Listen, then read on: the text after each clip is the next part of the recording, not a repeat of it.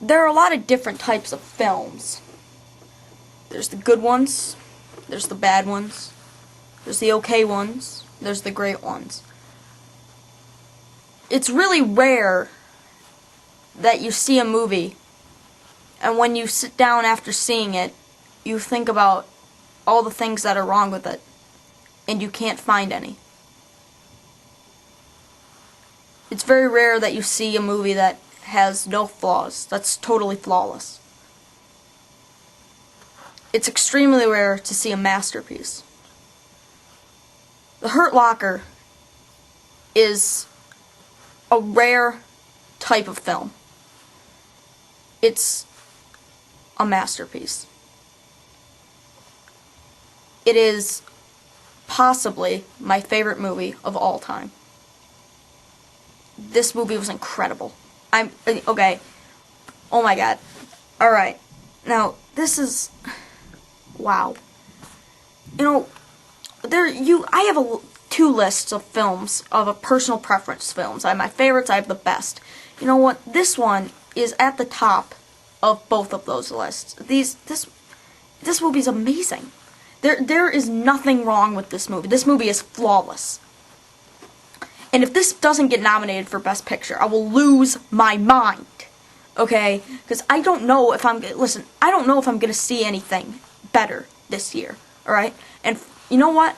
I've rewatched Watchmen like 3 times. Alright? And no, it's not the best movie ever, like I said it was, but it's still freaking amazing.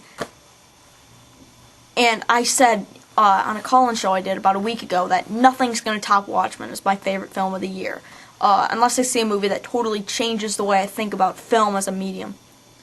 And The Hurt Locker is that movie. This is the best movie of the year, and I would hold it in top 3 movies of the past 10 years. It's amazing. It really, the movie is about a bomb squad. And it's shot in this it feels documentary style almost. And you know what? This is the way to make an action movie or a thriller. This movie was the most intense film experience I have ever had. Okay? I had my knees up to my chest, like, what's gonna happen? Okay, you didn't know. Okay, you were held the edge of your seat the entire movie. And I'm gonna say, this movie has the greatest sniper battle I've ever seen. I mean, screw Saving Private Ryan and its opening action sequence. This is amazing. And every single Jeremy Renner, who I've never seen before, he looks familiar, but I've never seen him, should get nominated for an Oscar for this. Anthony Mackie could win. I think that he was incredible as well. Every single performance, top to bottom, is spectacular. Ralph Fiennes has a small part. He's amazing. Guy Pearce has a really small part. He's fantastic as well. This is the reason why we go to the movies. And it almost makes me sad, the fact that, listen, I love the first Transformers movie. I love it. And I enjoyed the second one. I can acknowledge that it wasn't a very well-made film. But I look at something like The Hurt Locker, which you can tell that there were people up at night drinking coffee, writing this down, saying, you know what, scratch this out. There's things that we can make right about this movie. And there were rewrites, there were reshoots, just trying to make every single scene perfect. And with Transformers, they were like, screw it, giant robots. People like that, right? You know, and then this is the movie. Michael Bay should watch this and take notes. Okay? Because, you know, Michael Bay, if he were to make this movie, he would have, like, every single scene, even if they disarmed the bomb, the guy would be walking away in slow motion, and then the school bus full of bombs would go... And then we'd have a scene where, like, Jeremy Renner's girlfriend is, like, sitting in front of a tank, bent over, talking about the fact that her dad used to fix tanks or something. But, you know, this is amazing film making. And it's directed by Catherine Bigelow, who's directed some other stuff. I can't really think of it right now, but you know what? She should get nominated for Best Director. She should win. It would be a crime and a shame if this doesn't get nominated for Best Picture. As of now, I think it'd be an even bigger crime if it didn't win. This movie was flawless.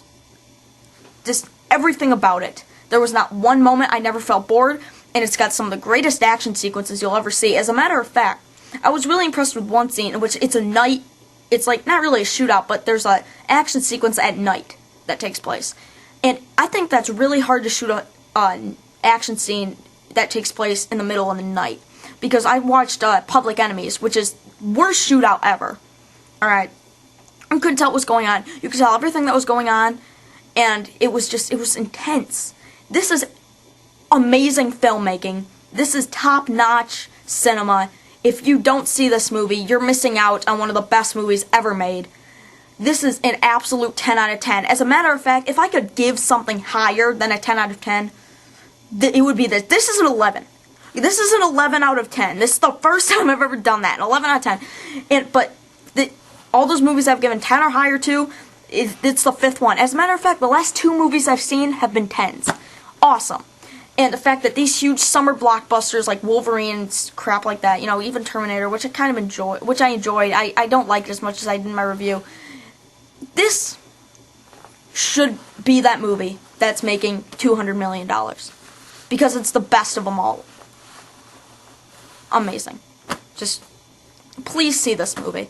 I hope it gets every single, I hope everybody in the world goes out and sees it when they watch this review, because it's truly a masterpiece.